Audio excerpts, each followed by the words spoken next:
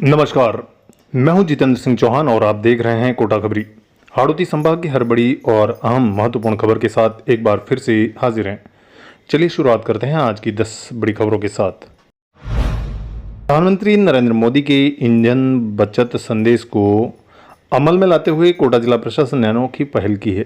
जिला कलेक्टर पीयूष सामरिया अधिकारियों के साथ 17 सीटर बस में बैठकर वंदे गंगा जल संरक्षण जन अभियान के तहत जल चौपाल कार्यक्रम में पहुंचे। प्रशासन ने इसे ईंधन बचत और पर्यावरण संरक्षण की दिशा में महत्वपूर्ण कदम बताया है। आप देखो कि बहुत ही कड़कती धूप गर्मी है, हम सब यहाँ पे इकट्ठा होकर बहुत सारे एक्टिविटीज, बहुत सारे अभियान के तहत एक्टिविटीज को यहाँ पे की है। जैसे आपके पौधारोपण किया है, पौधे लगाना, उसके बाद जितने भी आपके जल स्रोत हैं गांव में उनके बारे में आप सबको बताना, और बहुत से पहले जो कार्य हो सकते हैं तो एलिगेट के हो या कोई आपके सेक्टर वाले वर्ग हो या फिर और कोई भी पर्कुलेशन टैक्स हो जो पूर्व में वर्ग है उनके बारे में आपको जानकारी दी है। आप देख सकते हैं अभी कुछ समय बाद जब आपका वर्षा का आएगा, मॉनसून का सीजन आएगा, तब एक अलग स्थिति होगी। हालांकि आप लोग एक ऐसी जगह पर है जिससे बिल्कुल बगल में आपकी यहाँ की नदी निकलती है, लेकिन कई जगह ऐसे भी है जहाँ पे बिल्कुल जल के लोग तरसते हैं गाँव में। कई जिले ऐसे, कई गाँव ऐसे वहाँ पे अभी भी ट्रेनों से, ट्रैक्टरों से पानी को पहुँचाना पड़ता है, काफी विकट स्थिति है। तो जहाँ पे भी हमें संभवतः प्रयास कर जो भी हो सके जल को बचाने का एक अभियान लेना चाहिए और देखना चाहिए कि हम कहाँ प्रगति कर सकें और ज्यादा से ज्यादा लोगों को इस अभियान के साथ जोड़ सकें। एक ये प्रयास होना चाहिए। अभी आपको एसपी साहब से काफी वरिष्ठ अधिकारी हैं, उन्होंने काफी डिटेल में आपको बताया है। जितने भी हमारे एडवोकेट बने हैं उनके विचार से लिए आपसे भी इसके बारे में फीडबैक दिया है, जानकारी ली है कि अभी इसको और कैसे मजबूत किया जा सकता है। आप अगर सुझाव देंगे जल को कैसे बचाया जाए, उस हिसाब से उसी तरीके से आगे इस दिशा में सरकार की मंशा के अनुरूप काम किया जाएगा। बट ये आपको आपके अंदर से, आपके मन में ये भाव करना चाहिए कि जल की संरक्षण और जल को हमें आने वाली पीढ़ियों के लिए बचा के रखना चाहिए। पूरे राज्य में जैसे कि आपको विदित है 25 तारीख को वंदे गंगा अभियान की शुरुआत हुई थी और उसी कड़ी में आज कोटा में हम लोग एक जल चौपाल का आयोजन कर रहे हैं। मवासा पंचायत ग्राम पंचायत है, लाडपुरा पंचायत समिति में, और आप देख सकते हैं कि एक संदेश इसमें साथ में ये भी देना चाहते हैं कि ईंधन की जो बचत का एक नारा दिया है माननीय प्रधानमंत्री जी ने, उसी को आके ले चलते सारे अधिकारी एक ही बस में साथ में जाएंगे, एक पंचायत में रुकेंगे, वहाँ पे जल चौपाल और जल संरक्षण के बारे में जितनी जागरूकता फैला सकते हैं और लोगों को जैसे इस अभियान के साथ जोड़ सकते हैं, वो एक छोटा सा प्रयास किया गया है। इधर दरा घाटी में रेलवे अंडरपास निर्माण के दौरान मिट्टी ढहने से 2 इंजीनियरों की मौत हो गई। हादसे में जूनियर इंजीनियर प्रभात सिंह सोलंकी और इंजीनियर पंकज कुमार झा की जान चली गई। प्रभात की नौकरी महज 3 महीने पहले ही लगी थी। परिजनों ने रेलवे प्रशासन और निर्माण एजेंसी पर लापरवाही के आरोप लगाए हैं। प्रिंटिंग जी की भर्ती पे कार्य कर रहा था, प्रभात सिंह, और खबर लगी कि ये आज जबकि ईद का सरकारी छुट्टी होने के बावजूद भी अधिकारियों ने अप्रेंटिस में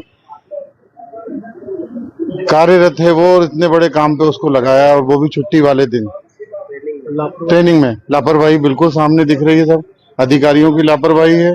और उसके ऊपर वही एक इकलौता कमाने वाला घर में सदस्य था, जिनके पिताजी मेरे भाई जो लगते हैं 65 साल की उम्र है, घर में है, वृद्ध हैं, 2 बेटियां हैं, छोटी हैं इनसे, एक ही इकलौता कमाने वाला था और आज उसकी ये हालत है। अगर अधिकारी वर्ग अगर ये लापरवाही नहीं करते तो आज हमें ये दिन नहीं देखना पड़ता। ये 28, 27, 29 नहीं ये कोटा में नहीं, भोपाल।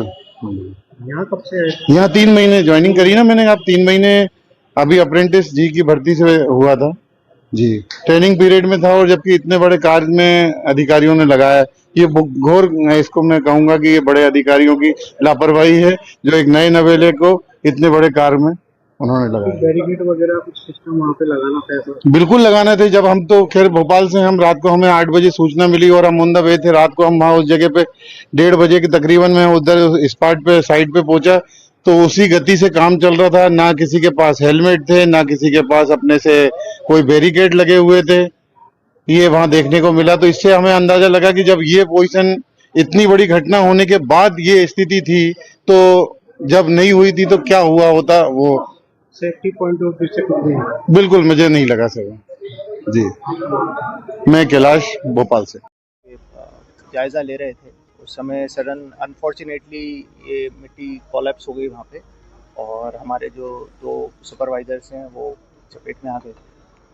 प्रशासन ने तुरंत कार्रवाई करते हुए उन्हें मतलब रेफ़र किया, but unfortunately they were pronounced disease. उनके अब शव को जब वहाँ पे यहाँ पे लाया गया है, उनमें से ये श्री प्रभात जी की फैमिली तो आ गई है और उन्हें अभी हैंड ओवर कर दी जाएगी बॉडी, और वो भोपाल लेके जाएंगे।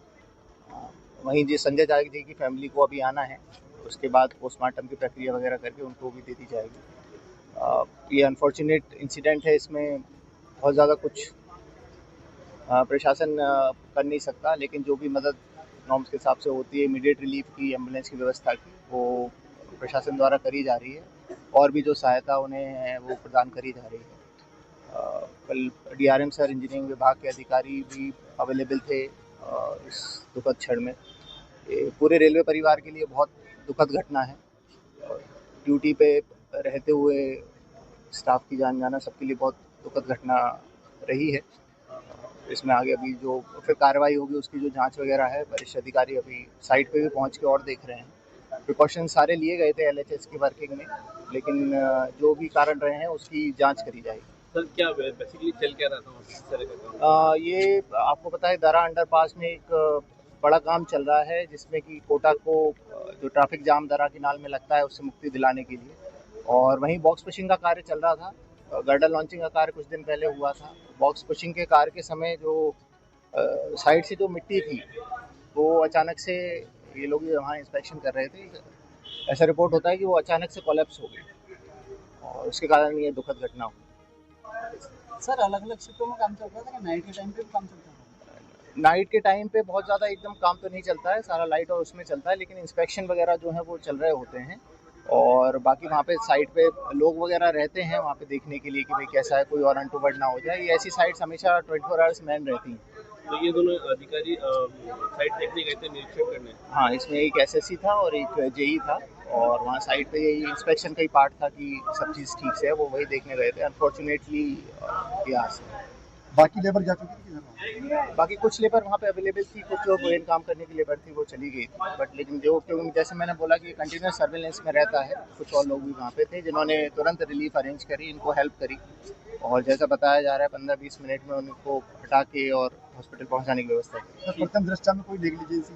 कोई नेग्लिजेंस तो ऐसा नहीं सामने आया है, और जैसे आप देख रहे हैं कि वो साइट इंचार्ज था जो वहाँ गया था, तो नेग्लिजेंस की कोई ऐसी संभावना बनती नहीं है। ये अब प्राकृतिक, क्योंकि मिट्टी के अंदर क्या हुआ, कैसे गई, अब इन सब चीज़ों की जांच करी जाएगी, और जांच का विषय है। डीआरएम सर खुद भी इसको देख रहे हैं और वरिष्ठ अधिकारी इसको देख रहे हैं। ट्रेनों को कोई धीमी गति से निकालने की जो ट्रेन परिचालन है उसको देखते हुए कि मिट्टी में और कुछ ना हो, पहले ही वहाँ पे एक कॉशन ऑर्डर चल रहा था 30 kmph का, उससे रात को 10 kmph कर दिया गया क्योंकि रात का समय था, और ट्रेनों का परिचालन वैसे चल रहा है, लेकिन बाकी उसको अभी कोई इस वहीं उद्योग नगर थाना क्षेत्र के बॉम्बे योजना इलाके में पुरानी रंजिश को लेकर 2 युवकों ने घर में घुसकर पिता पुत्र पर चाकू से हमला कर दिया। हमले में दोनों घायल हो गए।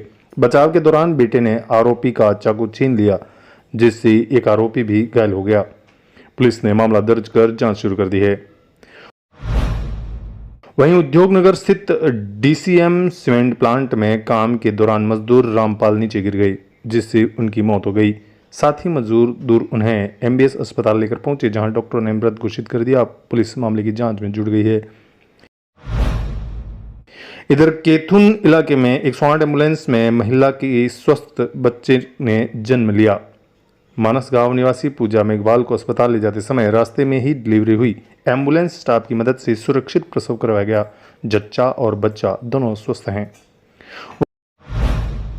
वहीं कुन्हाड़ी इलाके की पार्श्वनाथ रेजिडेंस में पड़ोसी की मदद करने गए ईएसआई विभाग के अतिरिक्त प्रशासनिक अधिकारी नरेंद्र सिंह पर लाल मुंह के बंदर ने हमला कर दिया। बंदर ने उनके पैर पर काट लिया, जिससे गंभीर चोट आई।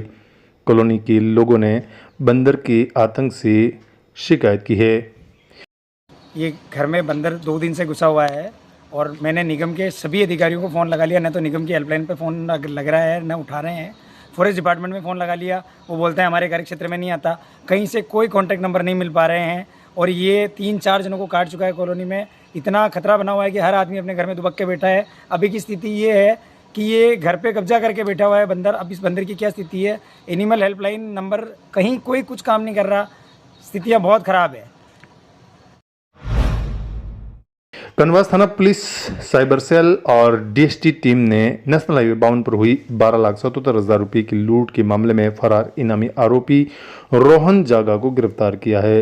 आरोपी घटना के बाद उत्तर प्रदेश और उड़ीसा में छिपा हुआ था। पुलिस उससे पूछताछ कर रही है। वहीं राजगढ़ खिलचीपुर मार्ग पर पेट्रोलिंग कर रहे आरपीएफ जवानों की बाइक को ट्रक ने टक्कर मार दी। हादसे में पवन कुमार उपाध्याय और ओमवीर सिंह गंभीर रूप से घायल हो गए। दोनों को उपचार के लिए झालावाड़ अस्पताल में भर्ती करवाया गया है। वहीं बूंदी के लाखेरी थाना पुलिस ने रास्ता रोकने के विवाद में युवक पर लोहे की पंपी से हमला करने वाले आरोपी भोलाराम को गिरफ्तार किया। आरोपी टॉप 10 अपराधियों की सूची में सम्मिलित बताया जा रहा है। वहीं छिपा बड़ौद में कांग्रेस नेताओं ने गेहूं खरीद केंद्र पर किसानों की उपज समय पर नहीं तुलने का आरोप लगाया है। कांग्रेस ने कहा कि किसान मजबूरी में कम दाम पर फसल बेच रहे हैं। समस्या का समाधान नहीं होने पर आंदोलन की चेतावनी दी गई। तो ये थी आज की 10 बड़ी खबरें। कल रात 8:30 बजे फिर होगी आपसे मुलाकात। तब तक के लिए मुझे इजाजत दीजिए। जय हिंद, जय भारत।